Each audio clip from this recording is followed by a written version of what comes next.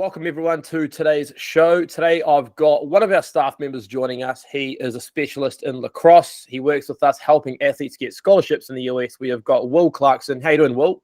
Good, mate. Yourself, looking after yourself?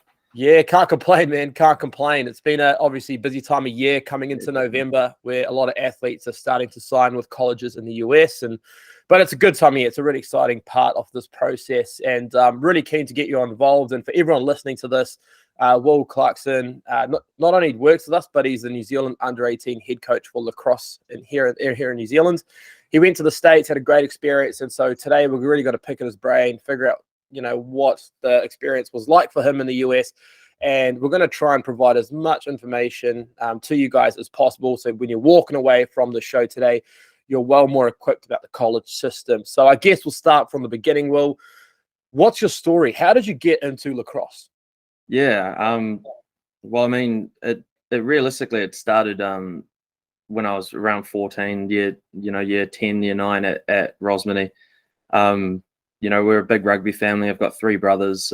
We're all, kind of bigger. We love, beating each other up and having a good time. And then we kind of stumbled across this game called lacrosse, and what's that? And it really, intrigued us. So then, the 4 of us, we all, kind of got together and found a league, and then kind of from there, it's just carried on. I played it all through high school. Had a real successful high school program where we dominated for pretty much 5-6 years, and then I decided leaving high school that I wanted to take lacrosse to that next level. So I started looking at kind of the NCAA scheme and how it all works, and college in general, and whether it's the kind of the right avenue for me to go down, and decided that I wanted to do it. I wanted to give it a crack. So rather in my family at the time, we were kind of iffy about it. Lacrosse wasn't exactly the biggest sport in New Zealand. It still isn't. We're working on that.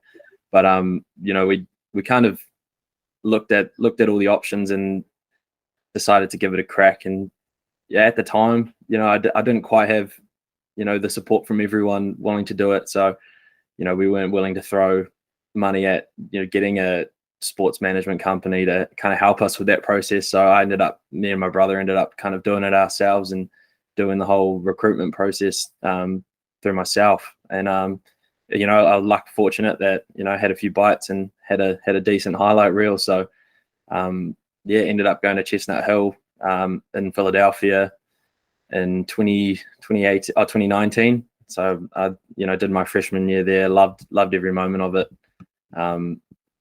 Then obviously COVID hit in 2020, and we kind of made the decision that it would be worth transferring back to New Zealand uni. Now I'm at law school in Auckland and working with you guys.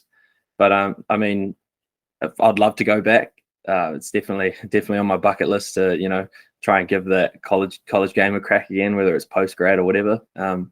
Definitely looking at getting back involved with that. But at the moment, I'm pretty much focused on New Zealand lacrosse and growing the game here and trying to take it to the level that we know it can be. Yeah, so that's kind of my story.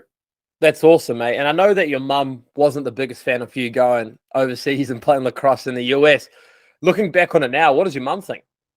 Oh, I mean, mum, my parents always support me no matter what. They just want me to make the right decision. So, now that you've seen that, I'm a part of the New Zealand men's squad. We've just been in Korea qualifying for the World Cup, which we did. So pretty stoked about that. And they've kind of, parents, they, at the end of the day, I find they just want what's best for their kids, whether it's, staying home, staying close, being secure, or taking on the world. And, kind of once they realized that I could look after myself, and I did that freshman year at college, as an 18-year-old living overseas by myself, once they realized that I was capable and pretty determined to, take it seriously and do that kind of thing, they were fully on board. It was just a shame that kind of COVID came in the way and jeopardized that for me. But yeah, I mean, I find that, as long as there's transparency between the kid and the parent, everyone knows what's going on, and you're not trying to hide stuff, and that's all that they want at the end of the day. So that's how you keep them happy. Yeah, absolutely agree with you. And look, I mean, it's a tough ask. You turn 17, 18 years old, and then you decide to pack your bags and go to the other side of the world where you've never been. Some of these athletes have never been to the States before. And it can be, as a parent, you know, your priority is the care of your child. And it can be really nerve-wracking. It can be, you know, you can get really anxious about sending your child overseas. And what I've seen is, I mean, it's so common. I mean, I know that when we first met Will, you know, a couple of months ago, and we're sitting over a coffee, and you said, you know, the parents weren't too sure about it. That's such a common feeling across all parents because they just want to make sure that they're well looked after and it's the right process for them. And I mean, I've got a student athlete who's a golfer. He's a fantastic person. I won't name him, but he's a fantastic person. And his mum was really nervous at the airport, you know, very, very upset that he was going overseas and sort of second guessing things. And then fast forward to a month later, we talked to the mum and she's like, oh my gosh, this was the best move for him. He's developed so many skills. He's become an adult. He's grown out of his shell. Now, this kid was quite quiet in here in New Zealand. He was a bit of a shy person, but he's gone to the States and it's just a different kid altogether. And that's so cool because it's not just about getting an education, right? There's so many other life skills that you're developing. Would you agree with that?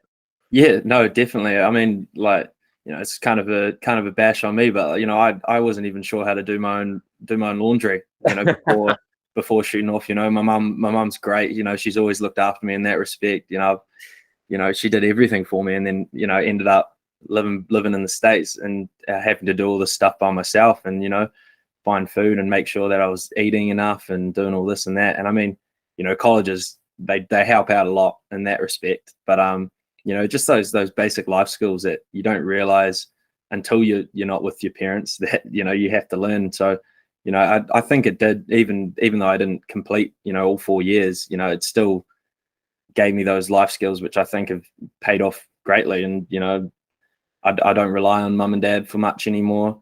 You know, they're still there to help wherever, but, you know, it's definitely, it teaches you all the life skills and yeah, pretty much. Yeah. I love that. That's so cool. I mean, it's great to see our athletes come back as adults, which is fantastic, and to see them grow as a person. I guess a lot of people here want to know, what is it like packing your bags, going to the States, going to Chestnut Hill University where you've never been to before? What was it like going to this university for the first time? Can you walk us through what that first experience was like for you? Yeah. Well, I mean, at the start, you know, once, you know, when it's coming up to crunch time, you know, you got a month before you head off and all this stuff, you know, the nerves are there, but I found the excitement kind of, you know, overruled everything. You know, I was just so excited. You know, this is, you know, I'm an adventurer. I like going out and seeing things. So that was kind of, you know, it was my first time actually going to the States properly, and, you know, and I was leaving for, you know, for the foreseeable future, you know, so it was exciting more than anything. But you know, the nerves are still there. You know, you're triple checking, quadruple checking, you know, making sure you've got everything. You know, you know, it's all relative. You know, you just got to control kind of your emotions, and then once you step foot on that plane, you know, there's kind of no going back. So once you're on the plane, you know, then it's all excitement there. And then, you know, if there's any advice I'd give to athletes, you know, it's just going with an open mind.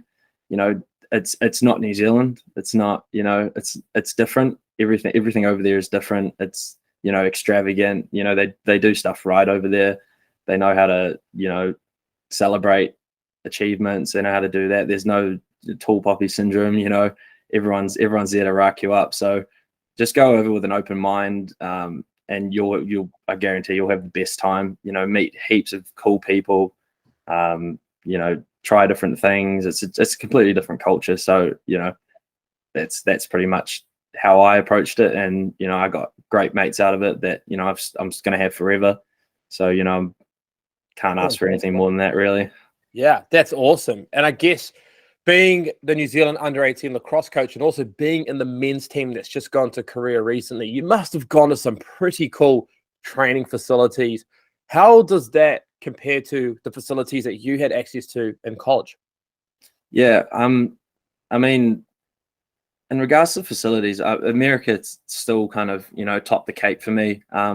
Lacrosse being, you know, a minority sport in New Zealand, we don't really have access to the best facilities and this and that. So that was probably my favorite thing about being at college was, having that gym just right there, a state-of-the-art gym, having the training facilities there where you can go and, get your physio work done. And, if any little niggles and stuff, you can just go and get it sorted out like that. Just the accessibility to, being an athlete. I felt like I was a pro athlete, at times, getting up for lift and training and doing all this and that and having a schedule.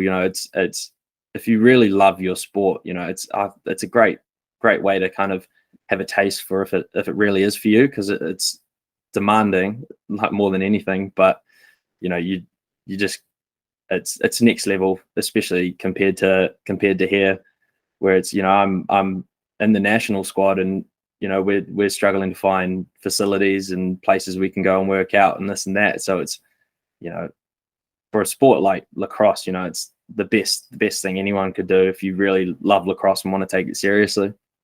Absolutely. And look, I mean, if you haven't watched the sport of lacrosse, definitely go on YouTube and check it out. It is a brutal sport. You're running at each other full steam ahead. I saw, I'll give Jeremy a shout out, one of your teammates in the men's. He's a mate of mine, and I saw him do a pretty big hit in Korea with one of the guys over there. I mean, recovery has to be so important. What sort of recovery facilities did you guys get access to? Do you guys do a lot of physio work, a lot of ice baths, that sort of thing? Yeah. Well, I mean, one of our assistant coaches, Andy, he's a physio by trade, and as well as another one of our coaches, actually. Our coaches, two of them are physio, so we've always got access to kind of, if we need tape jobs or this and that. And in Korea, it was good. We got set up with ice baths after every game, and all the boys were jumping in and looking after themselves. And it's key to being successful as an athlete is your recovery. If you're sore turning up to trainings and you're not quite right, you're not going to maximize kind of your potential, maximize that output, which training develops. So yeah, no, recovery is key. And I'm sure with our campaign, our build up to San Diego in June, which is the World Cup, I'm sure we're going to have plenty of access to different kinds of recovery, and we'll be testing them all and seeing what works, because everyone's different as well. Every athlete's different, and you have to cater to those athletes' needs. So I'm sure we'll figure something out. And look, this is such a great thing to chat about, because New Zealand Lacrosse, you guys are financing this all on your own. But when you go to the States, it's sponsored by the NCAA, and you get access to all of these really cool resources and recovery rooms, physios. That becomes a daily routine for a lot of athletes in college, which I think is even more of a reason why people should go to the US, because you're not paying for it. You're not paying for those things. They're there to help you grow as an athlete. Would you say that when you arrived at college and when you left college, I know you only went there for a small window due to COVID, but in that time, do you reckon that you became a better athlete? Oh, yeah. No, I mean, everyone here can back it up. I know my brother's giving me a bit of flack about it, but when I got back from the States, I was probably the best athlete I've ever been. I could run faster, bigger, stronger than I am now, and that I was before I left. And it's hard to maintain kind of the level of athleticism that you gain while you're there. Yeah, you're training every day. You're hitting the weights. You're maximizing your recovery, and everything they do over there is to develop you as an athlete and to better you as an athlete. So, I mean, definitely came back in probably the best shape of my life, and I can only aspire to try and get back there. But it's I've found that there's a bit of balance issues that you can find when you're here, when you're home, compared to when you're over there. When I'm at home now, I've got work, I've got uni and other things, I've got family here and all that kind of stuff, and I'm all trying to balance that. Whereas I find when you're at college, they give you all the tools to kind of maximize your time. They set your schedules, when you have free time, when you can go and lift, this and that, and you don't really have to try too hard to balance it. It's all those tools are there for you to, take it and run with it. So yeah, it's definitely the best way of developing as an athlete is going to a place where they're designed to develop athletes as well as getting, an education out of it. That's also probably the biggest thing, is getting that education and coming back with a degree. That you can't ask for more than that, to be honest. Well said. I haven't actually looked at it in that way before, like how it could be back here in New Zealand, managing all these tasks throughout the day versus being in the States where it's like a one-stop shop and everything's all systemized and there's a good structure for you. Was it really helpful? Because I can imagine lacrosse, even though it's a team sport in New Zealand, it's quite individual. Like you're going to gyms by yourself, you're doing all your trainings by yourself, apart from the team trainings. In college in the States, I guess it's a little bit different, isn't it? Because you're with the boys that you're in your team and you're working out together. Did you find that quite motivating? Yeah, no, definitely. I mean, we had team lift. What was it, like 3 mornings a week? All the boys would be in, and would all be cheering each other on, hitting PBs and racking each other up. You get the music pumping. It's a lot more motivating than like now when I'm just having to go for a run by myself or get in the gym by myself. And occasionally you get buddies come along, this and that, but no, it doesn't quite compare to that team lift. I cherished those moments, and had a few of my best lifts with all the boys slapping me, cheering me on, and it really does bring a whole extra level of intensity to your training is having that team environment. And I was living with all the other boys in freshman dorms, and you build a real strong connection where you all want to kind of see each other strive, and you all want to see each other benefit. So no, I loved every part of that. Cool. No, that's great, man. And at the start of this podcast, you said that you and your brother did the process on your own and you didn't want to throw money at a recruitment agency. If you look at it now and you could go back in time, would you do things a little bit differently?